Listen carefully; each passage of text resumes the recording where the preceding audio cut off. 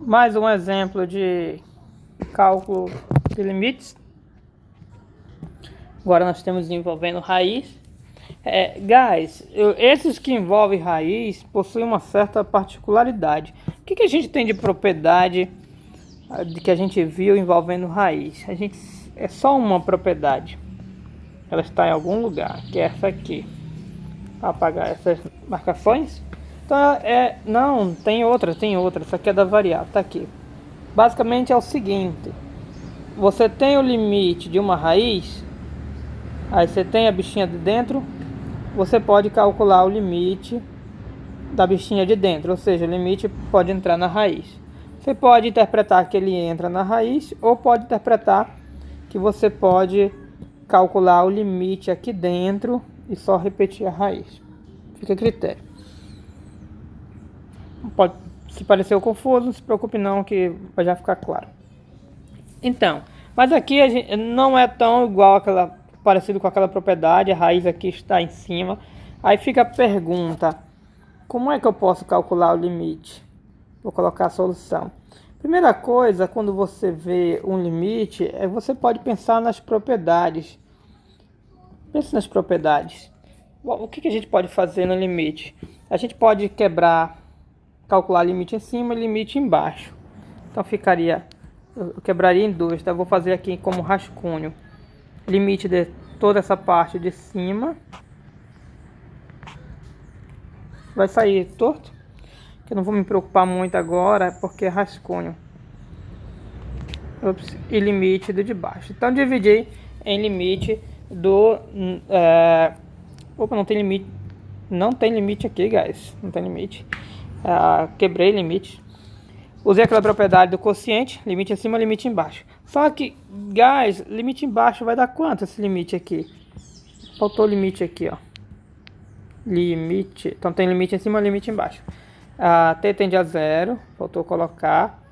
Tá bem rascunhado, tá bem rabiscado.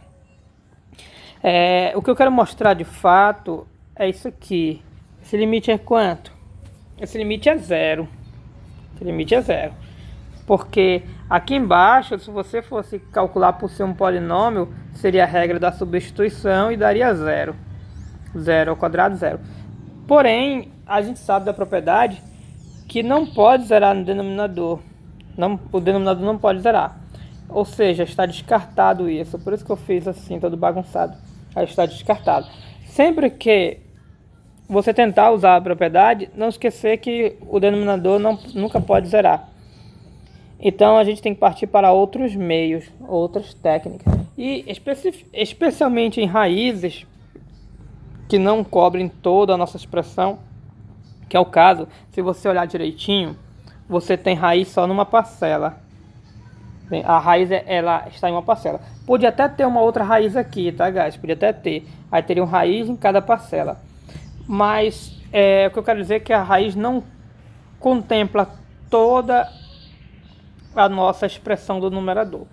E aí existe um truquezinho que ajuda muito para cálculos de limites que envolvem raízes.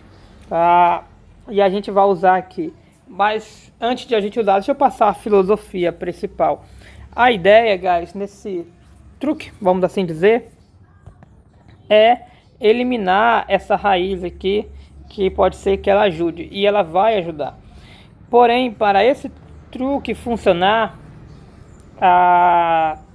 tem que zerar em cima também. Não só zerar embaixo, como tem que zerar em cima. E tem uma explicação para isso, mas eu não vou me alongar pelo modo de aula. Mas basicamente o fato de zerar em cima vai fazer com que gere uma simplificação também. Que nem aqui, ó. Que nem aqui gerou uma simplificação justamente porque não zerou somente embaixo. Zerou somente em cima. Professor, mas muito enrolation, bora começar a questão. Então, guys, eu peço um pouco de calma, que antes de nós fazermos a questão, é importante compreender a questão. A pressa em fazer a questão pode causar bloqueios, pode fazer com que você acabe não conseguindo desenvolver. E às vezes Muitas vezes, na verdade, o motivo é justamente porque você não quer dar um pause para dar uma olhada geral no seu problema. Então, se você tem um problema, dê uma olhada geral nele. Certo? E olhando de aqui por cima desse limite, o que nós vemos? Então, nesse limite a gente vê aqui uma raiz e uma parcela, e a ideia, quando você vê uma raiz em uma parcela, é fazer o que? Tentar eliminar essa raiz, essa aqui. Professor, como é que a gente faz isso? Tem um truquezinho para fazer isso, e uma observação importante, diga-se de passagem, é que quando você tenta eliminar essa raiz, vai aparecer outra. Isso é natural. Mas pelo menos essa foi eliminada. E essa ser eliminada vai dar coisa muito boa pra gente. E vocês vão ver o que de bom que vai aparecer. Aí eu venho aqui, coloco o meu limite original. Aí qual é o truque? Como é que eu faço para eliminar essa raiz? O truque aqui consiste em multiplicar por um certo termo em cima e embaixo. O termo que você fizer aqui, ó, tem que estar aqui. Só tem que ter a mesma volta aqui, ó, para ser igual. Tem que ser igual. Pronto. Enfim, tem que ser igual aqui em cima e embaixo. Por que igual em cima e embaixo? Porque ele se cancela, então não altera, já que esses termos se cancelam. E quem é que a gente vai colocar aqui? Eu vou colocar em azul só para a gente saber direitinho quem é que a gente vai colocar. Pega o termo que tem raiz, é o numerador. O denominador que possui raiz é o numerador. Então esse numerador a gente vai colocar aqui. Observe que são duas parcelas e a gente vai trocar o sinal do meio da parcela. Era menos, a gente vai colocar mais. Quando você faz esse truque, que alguns chamam de conjugado, mas não é o conjugado complexo, quando você realiza esse truque, aí automaticamente não, mas naturalmente, eventualmente, melhor dizendo, essa raiz vai acabar se cancelando. Então bora ver como vai ficar o nosso limite após isso. Como vai ficar?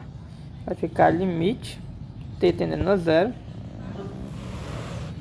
Aqui vai ficar uma conta grande, então eu vou botar esse traço grande. Apagar essa outra ponta aqui. Pronto. Pois bem. Como é que a gente vai fazer essa conta? Aqui a gente tem um produto, fração, frações, fração aqui, fração aqui. Produto entre frações, você multiplica de cima com de cima, de baixo com de baixo. Aí como o vídeo vai estar longo, a gente vai fazer essa multiplicação no próximo.